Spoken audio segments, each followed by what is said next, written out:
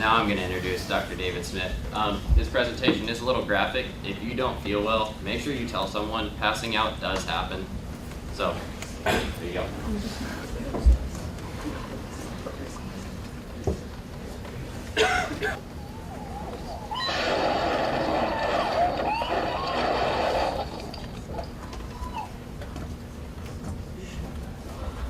So the whole purpose of this showing you is just to kind of give you guys a minute to kind of get into the moment. These are all videos that are shot from dash cams that people have. A lot of them are from Russia. For some reason, there's a propensity of people putting cameras on their dashes in Russia. So a lot of this is from that area or from street cams. It's only last a minute, so just bear with it. We'll need to improve the video a little bit so you guys can hear that.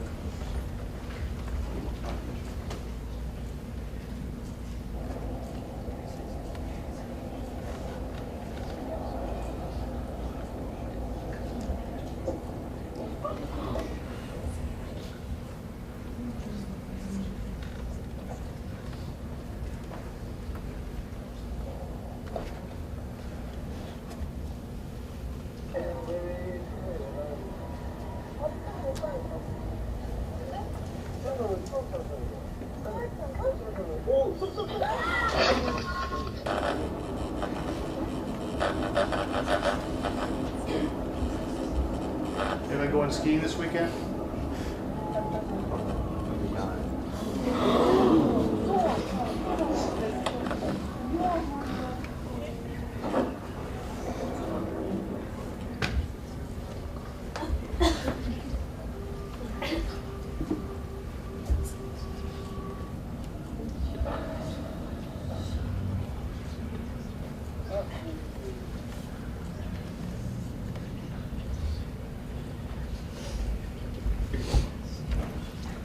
Okay, so what you're looking at, you guys are kind of guinea pigs. This is the first update of this slide set that I've done for about the last 4 years.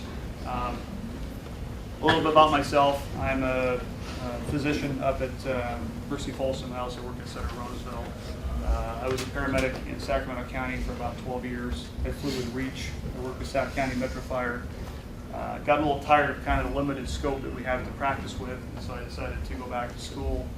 I applied and got into Berkeley. I graduated from Berkeley and then went to UC Davis. I was able to stay in California by getting decent MCAT grades, and then came back to work over here after going through a 3-year residency down in Loma Linda. So as far as this stuff you're watching, this is kind of a mishmash of both things that I've seen in my career, pictures I've taken, stuff I've pulled from the internet, and also programs from the old P.A.R.T.Y program, which has a basis actually in Canada. It started in British Columbia. The demographics are very close to here. It's a well-off area. It's got a kind of a up-and-coming, it's the capital of the state, Vancouver is, and they ski a lot. There's a lot of water sports out there. They have a lake, they have the mountains. So there's a lot of drawstrings you can tie to the area here. So a lot of the things you're going to watch are based on that. This here, this is a standard resuscitation room in any ER or any trauma center. Everything is set up really for one purpose. There's different carts. There are all these tubes in the wall. Basically, they're designed to do two things. One is to put fluids into places where they belong, like blood and plasma and IV solutions, and things to remove fluids from places that they shouldn't be, like around your heart, compressing your heart and your lung. That's the purpose of it. And you look, there's demarcation lines here. This is where certain people cannot go past. Only certain people are allowed in here, like a trauma surgeon, the emergency physician, a couple of nurses, a couple of techs. That's it. Take care of this one person. But the distinction that I want you to draw between this room is where if things don't go right here, the next place is a morgue. And a morgue, if you have not been in one, looks exactly like this. There's a slab, and they have tubes and machines on the wall that's job is to pull the fluids that we put into you out and to put fluids like embalming fluid into you. So in your mind, when you see this, it's not much of a step or a leap to go from that to the morgue. So this is a place that we're trying to get you not to be, because if you're here, things are bad. Something's not good. Something's happened. The purpose also of this program is really to target you guys, because you guys are not driving yet. Most of you are. Maybe a few juniors in here. But the purpose is, before you drive, before you start hanging out with your friends and having the autonomy that being an older person it has, we want you to start using your head about making wise decisions, not becoming impaired. And another thing, another big focus that's being put through to the state right now, especially through this program, is distracted driving, because they've seen a rise in the number of people that are killed from texting or getting down to for a hamburger, and it's not just a cell phone. They're not just hitting the cell phone or the texting thing. Those are two things that they're trying to target you guys, because you guys are more mobile and more electronic oriented. But it's also things like reaching for a Coke or changing the station on the radio or grabbing a backpack out of the back seat. Anything like that under the conditions of driving, you're distracted and you're more likely to get yourself killed, run into a tree, run into a car. So anyway, just take that away from what we're saying here, okay? So the P.A.R.T.Y program, P is prevent. Just kind of run down the alcohol. That's old school. That's what the 80s was all about, was hitting alcohol. That's a very narrow perspective on things. Let's be realistic here. I went to high school. Everybody in my high school, when I was 16, 17, 18, alcohol was rampant. It was everywhere. It's not that. That's not the factor here. It's really knowing limits, knowing how far you should go before you become inhibited to the point where you can't make wise decisions, and the outcomes of that. So who's taking a bigger risk? Risk is the other part of this, right? Snowboarding with no helmet, okay, or driving distracted. Okay? And then trauma. This is from British Columbia. Does this not look like any of the roads that you would see out here in Folsom? Looks like a lot of it to me. Green Valley or Bidwell, other areas, Salmon Falls. One other factor is that you guys, 1 in 5 of you, the first 2 years of driving, are going to total your car. Completely total it. That doesn't mean that you're not going to get injured in that and walk away from it. It just means you're going to total your car. What happens to you, that's a different statistic. I don't have that statistic. They don't publish that. I think it's probably because if parents knew about it, they probably wouldn't let their kids drive at all. Okay, you saw how fast those cars hit head on, right? Did you see that black car verge over into the other lane and get hit by the semi-truck? That whole family was killed, by the way. Everybody in that car was absolutely killed. It happens like that. There's nothing you can do to prevent these things. You don't have time to respond. People love to run or ride their bicycles on the opposite side of the road. I don't know why. It's like something like I'm going to be able to, I'm jogging or riding my bike, I'm going to be able to jump out of the way if the car comes and hits me. And you just don't have those reflexes. That's just not the real world. And here's an example of it. So this is a kid walking to school. He's 15 years old. Okay, he doesn't have time to respond to this. I want you, he actually hears it coming. Watch it. He's walking, he hears it, starts to run, it's done. The car rolls right on top of him. Okay, he survived this, but was severely injured in this accident. And it wasn't even his fault. It was these idiots right here. Somebody burned it through a red light thinking they could make it. Maybe they were distracted, maybe they thought they could get through the red light. But the result was, people in the car roll, injured, and he's laying there unconscious on the ground.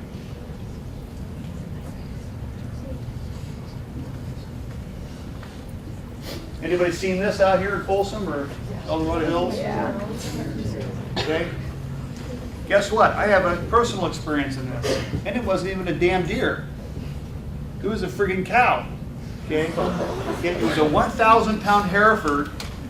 My parents, for some reason, decided to move their only child. I don't know why it's such an issue, an only child. I'm an only child. I wish I had brothers that could direct the attention away. But my father, and I'm scarred for life because my father's an attorney. So that's the other thing. So we moved from Southern Orange County, Southern Laguna Beach, which is like pristine. I wouldn't want to be anywhere else. And I'm on the beach, right? This is Orange County. But we moved from there to Redding. I mean, you talk about somebody slapping me in the back of the head. I had a hell of a time trying to get along and trying to get into that culture up there. So here I'm up there, I meet some friends, and this, about 2 years later, I'm driving what is now my wife's car her brand new Honda Accord that she had just purchased. She was 1 year ahead of me in school, so she was working. We were driving her car down the road about 7 o'clock at night, December 14th, 1988. You know the date back in my head. And this damn cow was trotting down the road, a big brown cow. Boom, boom, boom, boom, boom. Coming right at us. And I didn't see it, and I hit it head on. The cow, his head, went through the front window, in between the bucket seats, and ended up going into the back seat. So his whole body was in the car, with his legs sticking out the window going forwards. And I'm still driving down the road with the cow in the car. It's like we picked the cow up when we were going down the road with the cow in the car. Something hit me in the head. The mirror, glass, the cow, I don't know what, knocked me out. My friend's on the other side of this cow, screaming at me to stop the car, but I'm going all over the road. And that particular stretch of road is lined with trees. And I'll show you what happens when cars hit trees. It's not a fun thing. Finally, I came to, pulled over, and went to the hospital and everything like that. But I've got pictures of this big cow when it was coming to. The highway patrol officer was about ready to go put it down because he didn't know if it was injured to the point where it was going to be able to get itself out of the car.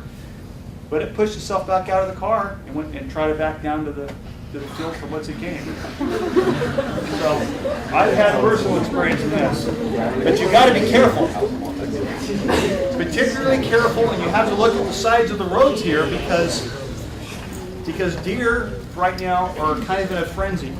First off, the predators are coming down closer to where they are. They're searching for water. Their sources of water are drying up. Right now it's not that way, but it will be this way in a couple months. Their sources of water are going to dry up, and so you're going to see deer in places that they will not normally be. The whole ecosystem has been completely turned upside down. So you have to be very careful on the sides of the road. If you see one deer darting out in front of you, expect that there's 2, 3, or 4, or 5 others behind it. Just slow down, okay?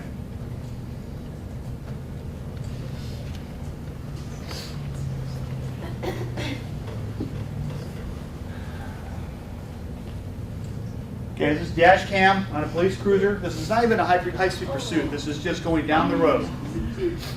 This guy decides to, for some reason, we don't know why,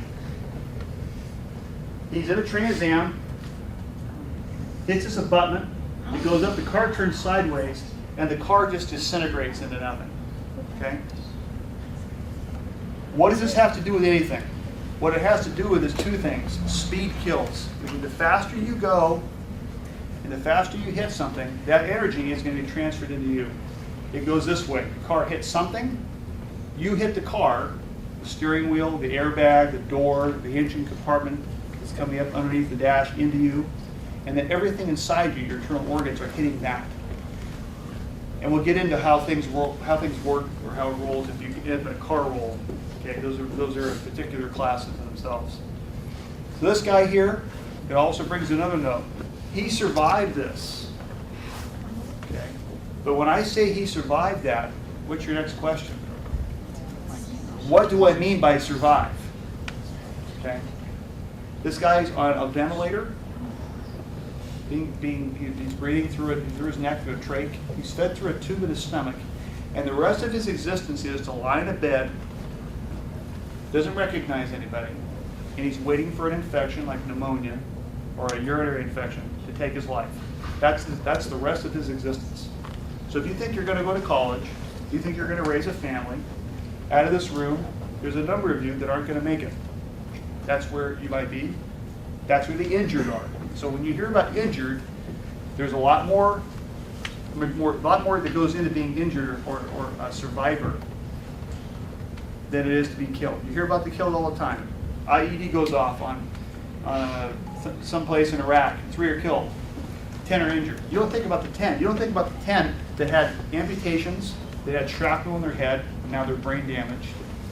You don't hear about these people. So when you listen to the survivors today that have gone through traumatic brain injuries, please listen to them because they carry this with them for the rest of their lives. This is just like this guy.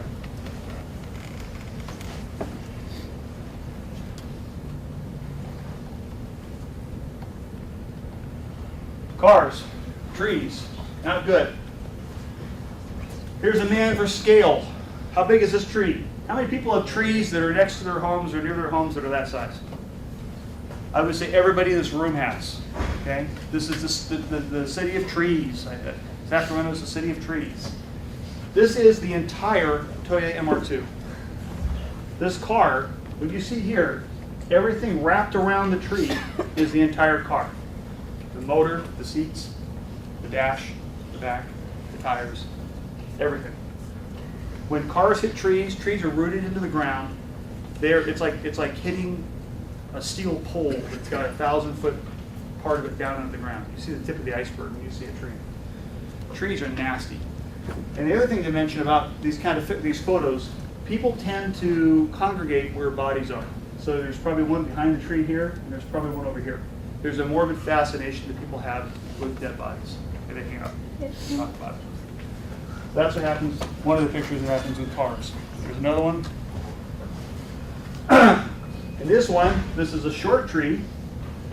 This tree has literally taken the car and ripped it apart so that the inside's out and the outside's in. Imagine where the people were when this car hit. They were probably thrown down the road, skidded down the road like a rock at a lake. Trees are bad. The big giant poles that they put in the ground, the power poles and the cable poles, those are all designed. Those are designed by safety engineers to break at the base. You look at the base of them, they have bolts. Those are safety release bolts. When you hit the bottom of that thing, the whole pole falls down. All that energy is transferred into making the pole come down on top of you. It doesn't tear your car apart like a tin can. That's what a tree does. That's what happened to, remind me his name, Paul Walker. That's exactly what happened to Paul Walker. You hit the tree, that was it. No chance. 100 miles an hour into a tree, you're dead. 100%. Distracted driving, okay? This is an issue of distracted driving. There's 5 10-ton dump trucks that are delivering dirt to a work site. They're all in a convoy. One of the guys in between is not paying attention. He's actually texting on a phone, just like the guy who was driving the train in Spain that went around the corner too fast. The train went up on its side and killed, I don't know how many, 30, 100 people. Just like down in LA about 5 or 6 years ago, same thing, 20 people killed there. Distracted driving. You get distracted just for a second. This is what happens. This is not a smart car, by the way. This is a Ford Escape. It's the size of a mid-size SUV.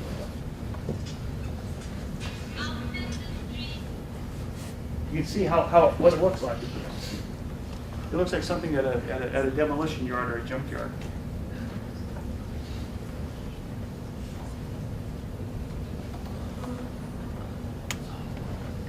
It's an entire family. Almost all of them are decapitated.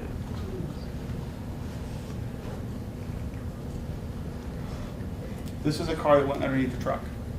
If you're talking about that, this is part of it. That's what happens. This is how low it is. There's no way you can get your head down below that fast enough.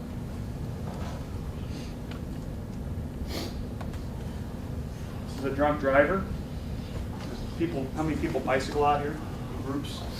Okay, your dad, your brother, people. This kind of thing happens a lot more than you think. Out of this one, I think 2 died.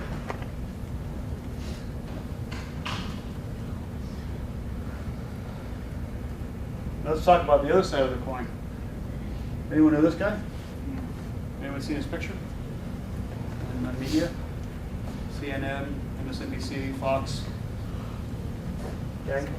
This guy, Texas, was driving drunk. They had 2 guys in the back of his truck that were jumping around. They were orbiting all over the road. He didn't see these 4 standing on the side of the road. He ran them down, doing 80+ miles an hour. Killed all 4 of them right there. Then, as soon as he knew what he had done, he slammed on the brakes. The 2 in the back got thrown. One of them is vegetative. The other one can barely speak. So what do you think would happen to somebody like this? What do you think the punishment would be? Murder? Manslaughter? No. Nope. His family has a lot of money. Money that we probably in this room do not appreciate. Because they hired their own psychiatrist. The psychiatrist came in and they termed a new term for what this boy has, which is affluenza, which means, for what the psychiatrist said, and it's an embarrassment to physicians all around the world, especially psychiatry, which means that he was so wealthy He didn't know that he was doing something wrong, which meant he didn't know that he was drunk driving. And therefore, this should be taken into consideration. Well, as a result, he has a 10-year suspended sentence, which means he doesn't serve a day in jail, and he has to go to an alcohol treatment program, which is in Beverly Hills. It costs $500,000 a year. That is his penalty for killing 4 people. Now you tell me, the guy who just killed 4 people, 3 people, and killed himself over at Fort Hood, what kind of penalty is he going to get? Probably the death penalty. He's dead. It doesn't matter. The point is if he were still alive. There's no justice in this world. And here's the other thing about this, the other ringer.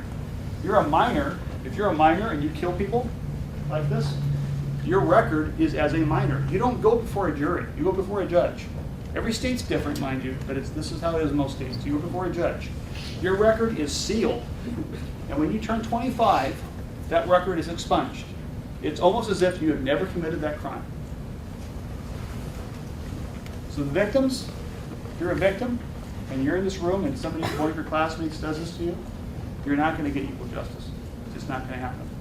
These 4, certainly in their families, don't feel it. They're livid, and as I am. This is the car wreck. These things here are marked where the bodies were.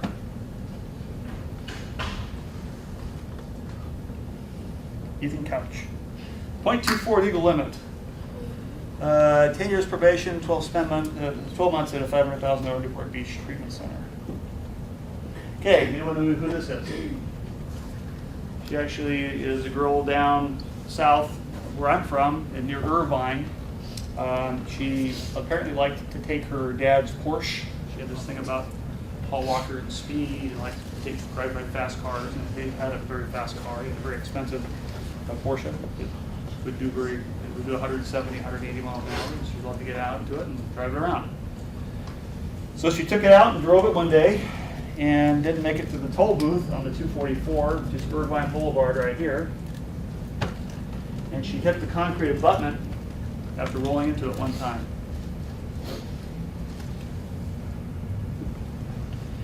That's her, and that's her in the car. I can't tell you the number of times that I have pulled fatal people, fatal accidents, fatal. How many fatals I've pulled out of cars? I've pulled a lot. Out of 12 years of doing it, I've pulled dozens and dozens of people that have been killed in car accidents. Yes, there are evidence technicians who work for the county coroner's office, whose job it is to remove the body parts. And she's literally picking up pieces from her, stuffing it into a plastic bag. Another case, this has something to do with that picture that she was talking about earlier about the car coming in. This girl was driving a car, got too close to the back end of the car, the truck stopped, she slid right underneath it and took most of her head off. This is in Mexico. In Mexico, they don't have body bags. It's too expensive. They have to use reusable pine tins. They just wash it off and then use it for the next body. This is the girl that was driving the Porsche's family. The thing I want you to bring home from this is, first, he's got an incredible amount of guilt on him. Okay, this is a toy. He got a toy. It goes fast.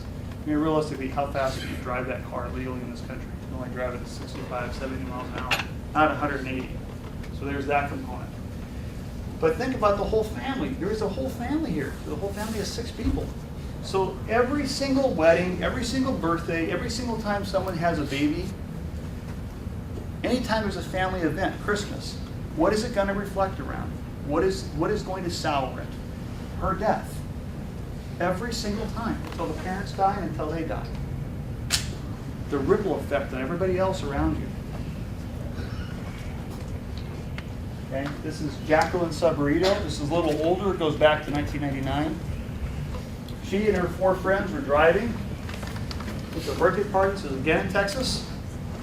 The state of where people think justice takes place. You know, they have the death penalty down there. Not how things are. Reality is not how things are. Car driven by a 17-year-old. Been drinking beers. Went across the divider and hit their car head on. Their car immediately caught fire. The first 2 deaths were the driver and the passenger in her car, the front seat. Jacqueline was in the back. She was positioned behind the driver. Her feet got stuck under the front seat while the car was on fire. So she was in the car for about 2 minutes while people who were trying to rescue her are getting burned themselves, their arms, their heads, their face, their chest, trying to pull her from the car. They finally got her out. And that's what she looks like. You look at her hands, fingers have a lot of surface area, so that's one of the first things that goes. You lose your fingers, you lose your toes. You lose your ears, you lose eyes. Those eyes aren't working. She has no functioning eyes. She cannot see. So she goes around after innumerable, extremely painful skin grafts. Talks about what happened to her. He got a year in jail, 17 years old, a year in jail, community service, and then when he turned 25, his record was expunged. Okay. Never happened. Are you a convicted felon on your application? No. Let's talk about seatbelts. Any seatbelts? Everyone knows with the seatbelts, you can undo the seatbelt. You don't get stuck in a car with a seatbelt. That's in the movies. If your car goes into water, you can get out. Okay? There's no reason not to wear a seatbelt, just as if there's no reason not to wear a helmet. Guy got into a chase after writing a bad check. Rolls his car. Get to the other one here. This is the car, slow motion, rolling. That's him.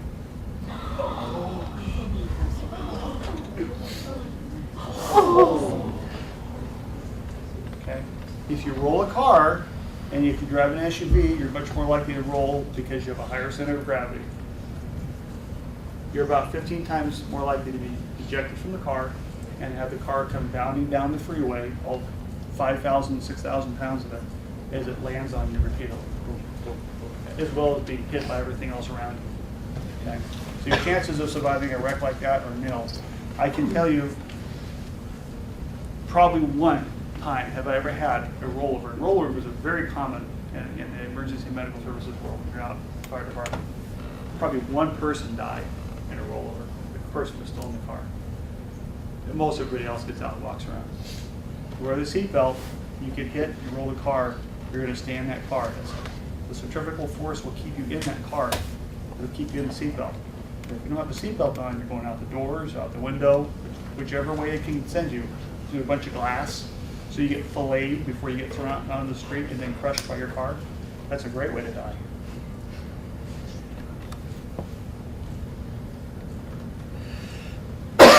Case where the passenger and the driver both weren't wearing their seatbelts. They starred the window, put their heads through it. Okay. Imagine all the cuts they had from the glass. Didn't wear a seatbelt. Car landed on top of it. Seen this a whole bunch of times. This is an easy call for when you're on an ambulance. Nothing to do. Person's dead. Take off.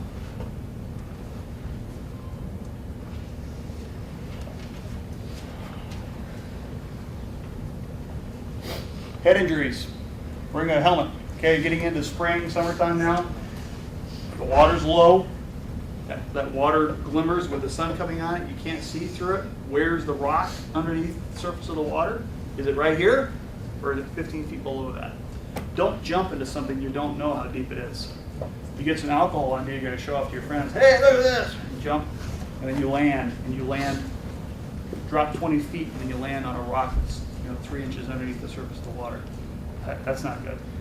You won't be walking away from that one.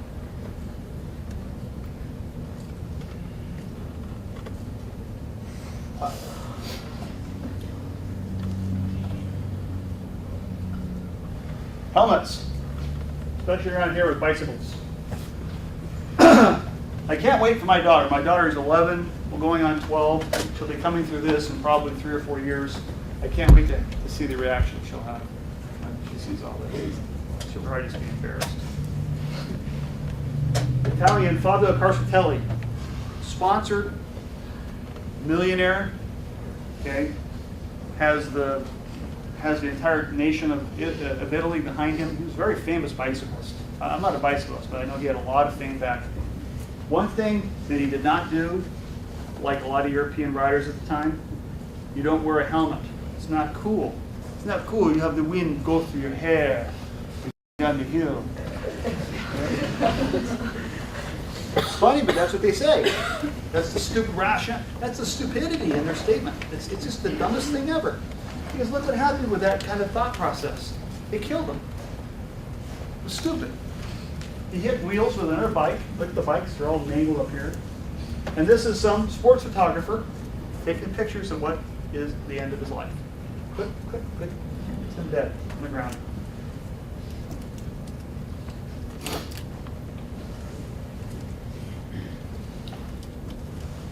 Okay, a couple years later,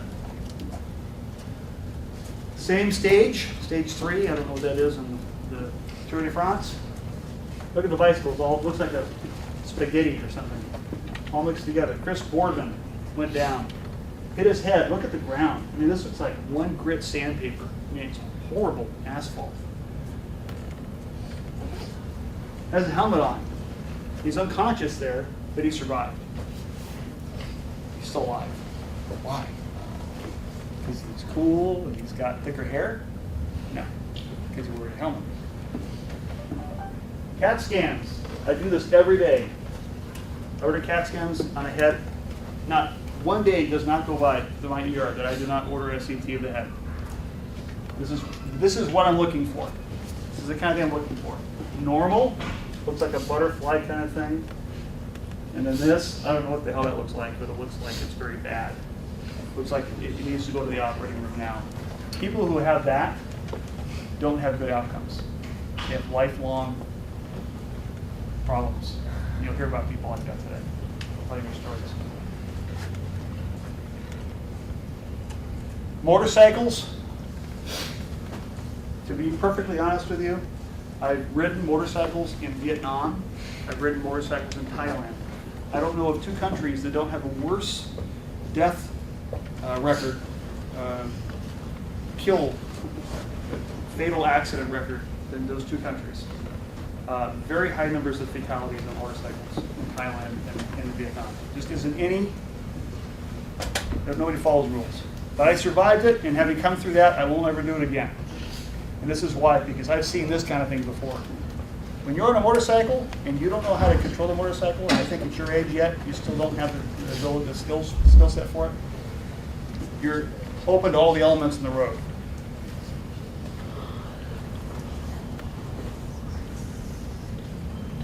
Okay? Whatever's out there on the road, that will become you. His motorcycle's still intact, but something got him up. Motorcycle's a bad idea. Okay, let's talk about parties, talk about house parties, talk about who's showing up, who's going to crash the house party. People you don't know, people inviting people you don't know. Where is the nucleus of a party in the house? Kitchen. Why? Because it's where the ice is, it's where the drinks are, it's where the food is. Guess what else is all in the kitchen? Knives. So you piss somebody off there, you've got a ready access to a weapon, and you're going to show that person. And that's exactly what happened to this guy here. He kicked the guy off, looked at him the wrong way, he said something wrong to him, got a knife on the counter, went over and stuck him right in the neck. Okay. You don't have good control of what's going on around you. You don't know what your inhibitions are lessened. You have a little booze in your system, or maybe you smoked a joint. You won't know what's going on. You're going to be the last ones out of the house. You're going to be one of the ones that gets injured or stabbed or killed. They find inside the house. Sometimes people go crazy. You don't know what's ticking up here in somebody's head, what they can do. So when you're at a place, at a mall or at a movie theater, and somebody is screaming, or you hear or see some strange things, just leave. Just get out of there.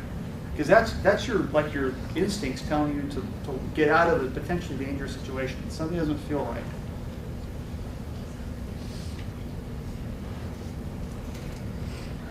Spinal injuries. We kind of went over this earlier about jumping into the legs and rivers.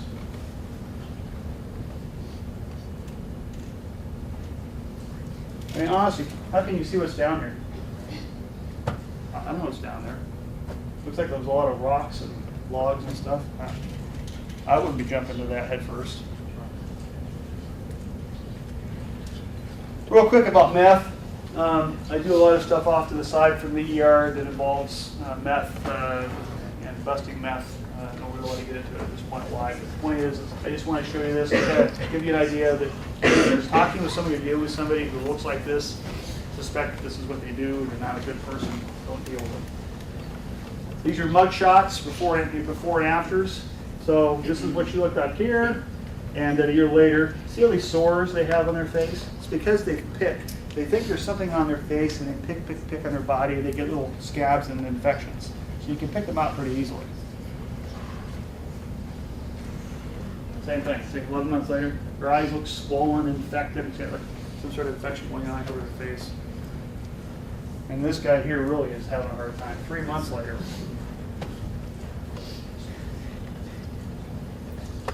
Meth is pretty hardcore. I've heard from people who use meth that usually it takes one or two tries, and that's it. But you're on it. It's that much of a high. You can't get off of it. Amy Weinhardt, have you heard about Amy Weinhardt? Pretty soon I'll have to take this off because nobody will have heard of her anymore. I'm pretty certain she was in the meth. It's just the way her body. This is at an award ceremony. This is at some other award ceremony.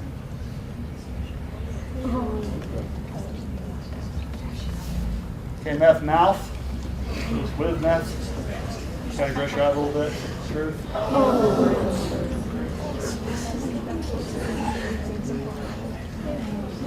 Weinhardt's teeth.